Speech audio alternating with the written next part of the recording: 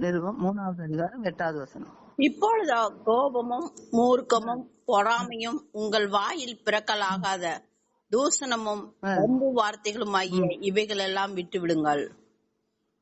அந்த பாருங்களேன் எவ்வளவு ஆலோசனை. நீங்க இப்பொழுதோ கோபமும் மூர்க்கமும் பொறாமையும் உங்கள் வாயில் வரக்கூடாது, பிறக்கலாகாது. தூசணமும் வம்பு வார்த்தையும் ஆகிய இவைகளை எல்லாம் விட்டு விடுங்கள்.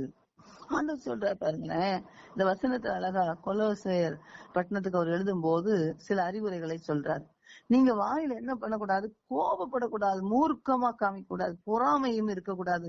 உங்க வாயில என்ன இருக்கக்கூடாதுன்னா இந்த இதெல்லாம் பொறுக்க கூடாது, இந்த வார்த்தைகள்லாம் வரக்கூடாது. தூசணமும் வம்பு வார்த்தைகளும் ஆகிய இவைகளை எல்லாம் விட்டு விடுங்கள்.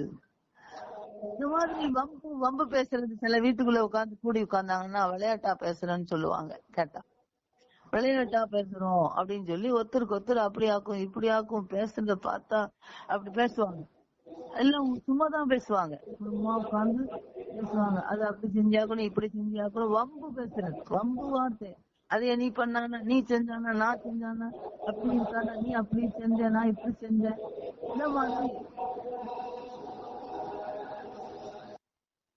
இந்த மாதிரி சில வார்த்தைகளை பேசுறது, வம்பு வார்த்தைகள் வீட்டுக்குள்ள. அப்படிலாம் இல்ல, நீ அது பண்ண, நான் இதை பண்ணேன் அப்படின்னு சொல்லி பேசுறது. கர்த்தருக்கு ஸ்தோத்திரம். அடுத்து அவர் என்ன சொல்றாரு, தூசணமான வார்த்தைகளை பேசக்கூடாது. இதெல்லாம் உங்க வாயில இருந்து வரவே கூடாதுன்னு சொல்றாரு. இதெல்லாம் என்ன செய்யுங்க, விட்டு விடுங்கள். விட்டு ஒருவருக்கு ஒருவர் பொய் சொல்லாதிருங்கள், பழைய மனுஷனையும் அவன் செய்கைகளையும் கலைந்து போடுங்கள் அப்படின்றார். பழைய மனுஷன் முந்தி இருந்தது, ரட்சிக்கப்பட்டுட்டோம், சட்டம் படிக்கிறோம், இந்த சட்டத்தை படிச்சுட்டு வரோம் அப்படின்னா இப்ப படிக்க என்ன இருக்கணும்னா முந்தி இருந்ததெல்லாம் களைஞ்சு போட்டுருங்க, அதை என்ன பண்ணிருங்க, விட்டு விடுங்கள்னு சொல்றாரு. அதனால மேல நம்ம வாசித்தோம்னா தெரியும், நிறைய காரியங்கள் அங்க சொல்லப்பட்டிருக்கு அந்த கொலோசை நிருபத்துல. சரி, அதே நிருபத்துல 2வது அதிகாரம் 2வது வசனத்தையும் 3வது வசனத்தையும் வாசி. கொலோசியர் 2:2. அவர்களுடைய இருதயங்கள் தேற்றப்பட்டு அவர்கள் அன்பினால் இணைக்கப்பட்டு பிதாவாகிய தேவனுக்கும் கிறிஸ்துவுக்கும் உரிய ரகசியத்தை அறிந்து கொள்ளுகிற உணர்வின் பூரண நிச்சயத்தினுடைய எல்லா ஐஸ்வர்யத்திற்கும் உரியவர்களாய் இருக்க வேண்டும் என்றே இப்படி விரும்புகிறேன். அவருக்குள் ஞானம் அறிவு என்பவைகளாகிய பொக்கிஷங்கள் எல்லாம் அடங்கியிருக்கிறது.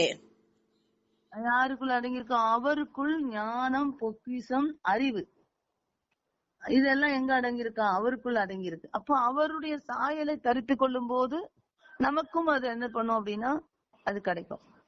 அவருடைய கிரியைகளை செய்யும் போது அவருடைய அந்த அந்த அவருக்குள்ள அடங்கி இருக்கிற அந்த ஞானம், அந்த அறிவு, அந்த பொக்கிஷம் எல்லாம் என்ன பண்ணும் அப்படின்னா நமக்கும் வரும். அது அப்படி நமக்கு உண்டாகும்.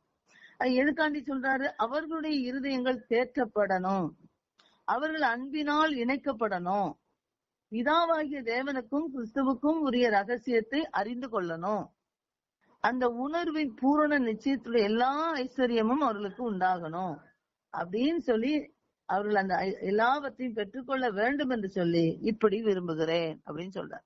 நீங்க எல்லா ஐஸ்வர்யத்தோட வாழணும். கர்த்தருடைய பிள்ளைகள், ரட்சிக்கப்பட்டவர்கள், இந்த சட்டத்தை படித்தவர்கள், இந்த சட்டம் தெரிந்தவர்கள், இதையெல்லாம் நம்ம கடைபிடிக்கணும், இதையெல்லாம் நம்ம பின்பற்றணும் அப்படின்னு சொல்றாரு. இதை பின்பற்றுவது எதற்காக அப்படின்னு இந்த விளக்கத்தை சொல்றாரு. அவர்கள் இருதயங்கள் தேற்றப்படணும், ஒண்ணு. 2வது, அவர்கள் அன்பினால் இணைக்கப்படணும். அந்த வீட்டுக்குள்ள சில வீட்டுல ஒருத்தருக்கு ஒருத்தர் அன்பு இருக்காது, ஒருத்தருக்கு ஒருத்தர் பிடிக்காது, ஒருத்தர் சொன்ன வார்த்தை ஒருத்தருக்கு பிடிக்காது, புருஷன் சொன்னது மனைவிக்கு பிடிக்காது, மனைவி சொன்னது புருஷனுக்கு பிடிக்காது, பிள்ளை சொன்னது அம்மாவுக்கு பிடிக்காது, பிள்ளை சொன்னது அம்மா சொன்னது பிள்ளைக்கு பிடிக்காது, அப்பா சொல்றது பிள்ளைக்கு பிடிக்காது, ஒருத்தருக்கு ஒருத்தர் பிடிக்காது. ஏன் பிடிக்கலன்னா ஒருத்தருக்கு ஒருத்தர் அன்பு இல்ல. அன்பு எங்க இல்லையோ அங்க பிடிக்காது. அன்பு குறைஞ்சுக்கிட்டே வரும். அன்பு தணிந்து போகும்னு வேதத்துல சொல்லியிருக்கு. நம்ம ஜெபிக்கணும். அன்பு தணிந்து போகுமா? அன்பு குறையும் போது பிடிக்காது, என்ன செஞ்சாலும் பிடிக்காது, நல்லது செஞ்சாலும் பிடிக்காது, கெட்டது செஞ்சாலும் பிடிக்காது. அப்போ அந்த ஒருத்தருக்கு ஒருத்தர் அங்க சொல்லி இருக்கு, நீங்கள் அன்பினால் இணைக்கப்படுவதற்காக பிதாவாகிய தேவனுக்கும் கிறிஸ்துவுக்கும் உரிய ரகசியம், அவர்கள் 2 பேருக்கும் உள்ள ரகசியத்தை நீங்கள் அறிந்து கொள்ள வேண்டும். அப்படின்னு அந்த வசனத்துல அப்படி தெளிவா சொல்லியிருக்கு பாருங்க. நீங்கள் பிதாவாகிய தேவனாலும் கிறிஸ்துவாலும் கிறிஸ்துவுக்குரிய ரகசியம், அவர்களுடைய ரகசியம் உங்களுக்குள்ள கிடைக்கணும் அப்படின்றதுக்காகவும் உணர்வின் பூரண நிச்சயத்தினுடைய எல்லா ஐஸ்வர்யத்தையும் நீங்கள் பெற்றுக்கொள்ள வேண்டும். எல்லா ஐஸ்வர்யமும் உரியவர்களாக வேண்டும் என்று இப்படி விரும்புகிறேன் அப்படின்னு சொல்றார். அப்போ இதெல்லாம் எங்க கிடைக்கும் அப்படின்னு சொல்ற, அவருக்குள் ஞானம் அறிவு என்பவைகளாகிய பொக்கிஷங்கள் எல்லாம் அடங்கி இருக்கிறது அப்படின்றார். அப்போ இவைகளை பெற்றுக்கொள்ள வேண்டுமானால் எல்லா ஐஸ்வர்யத்தோடு வாழணும். நாம இந்த உலகத்துல கஷ்டப்படக்கூடாது, கடன் படக்கூடாது, பிரச்சனை இருக்கக்கூடாது, வியாதிப்படக்கூடாது, போராட்டம் இருக்கக்கூடாது, எல்லாமே இருக்கக்கூடாதுன்னு ஜெபிக்கிறோம், விரும்புறோம். கர்த்தருக்கு ஸ்தோத்திரம். அப்படியானா நம்ம செய்கைகளை மாற்றிக்கொள்ளும் போது, நம்முடைய கையின் கிரியைகளை மாற்றிக்கொள்ளும் போது, நம்முடைய வாயின் வார்த்தைகளை மாற்றிக்கொள்ளும் போது இவைகள் எல்லாம் உங்களுக்கு கிடைக்கும். அப்போ அது எங்க கிடைக்கும் அப்படின்னு சொல்லி இருக்கிறாரு. அவருக்குள் ஞானம் அறிவு என்பவைகளாகிய பொக்கிஷங்கள் எல்லாம் அடங்கி இருக்கிறது. அப்போ அவருக்குள் நாம் வாழும் போது, அவர் சத்தியத்தின்படி நடக்கும் போது, அவர் சட்டத்தின்படி நடக்கும் போது இவைகள் நமக்கு உண்டாகும். கர்த்தருக்கு மகிமை உண்டாகட்டும். அப்போ இவைகளை நாம் படித்ததோடு அல்லாமல் அதை பின்பற்றி நடக்க முயற்சி எடுக்கும் போது கர்த்தர் நமக்கு உதவி செய்வார். இந்த முயற்சியை நாம் எடுக்கும் போதே பரிசுத்த ஆவியானவர் என்ன செய்வார் என்றா, அவர் நமக்கு உதவி செய்ய ஆரம்பிச்சிருவார். அவர் அந்த வழிகளை நடத்துவார். நமக்கு சில நேரத்துல ஒவ்வொரு நேரத்துக்கு ஒவ்வொரு குணங்கள் வெளிப்படும். அதனாலதான் எரேமியா அப்படி சொல்லிட்டார். இருதயமானது திருக்குள்ளதும் மகா கேடு நிறைந்ததுமா இருக்கான். நல்லா பேசிக்கிட்டு இருப்பாங்க, கொஞ்ச நேரத்துல ஒரு 2 மணி நேரம் கழிச்சு பார்த்தா வேற ஒண்ணு பேசிடுவாங்க. அங்க இருந்து அப்படி வரும் திருக்குள்ளது அப்படின்னா ஒரு நேரத்துக்கு ஒரு பேச்சு, ஒரு நேரத்துக்கு ஒரு செயல், ஒரு நேரத்துக்கு ஒரு சிந்தனை, ஒரு எண்ணம், இதெல்லாம் வரக்கூடிய வாய்ப்பு இருக்கு. அதனால அப்படி சொல்றாரு, மகா கேடு நிறைந்ததான் இருதயமானது. அப்போ அவைகள் எல்லாம் சுத்தப்படுத்தி கொண்டே இருக்கணும், அதுல பரிசுத்தமாக்கப்பட்டு கொண்டே இருக்கணும். அதனாலதான் ஆண்டவர் சொன்னாரு, நான் பரிசுத்தர், அதனால நீங்களும் பரிசுத்தமா இருங்க. அப்ப அந்த இருதயம் பரிசுத்தப்படுவதற்கு அவருடைய பாதையில நம்ம கடந்து போவோமானால், நான் முதல்ல வாசித்தமே சுடர்களை போல பிரகாசிப்போம். ஆண்டவர் சுடர்களாக உங்களை என்னையும் பார்க்கிறார், சுடர்களாக வைத்திருக்கிறார்.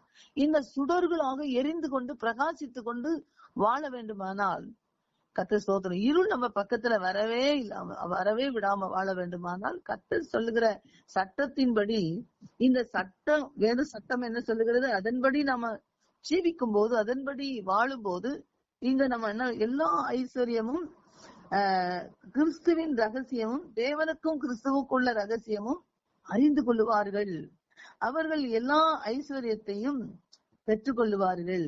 ஆகினால அதை பெற்றுக்கொள்றதுக்கு என்ன வேணும்? ஞானமும் அறிவும் வேணும். அந்த ஞானமும் அறிவும் அவர்கிட்ட இருக்கு. அப்ப அவரோடு ஒட்டி கொள்ளுங்கள். ஞானம் எங்க இருக்கிறதோ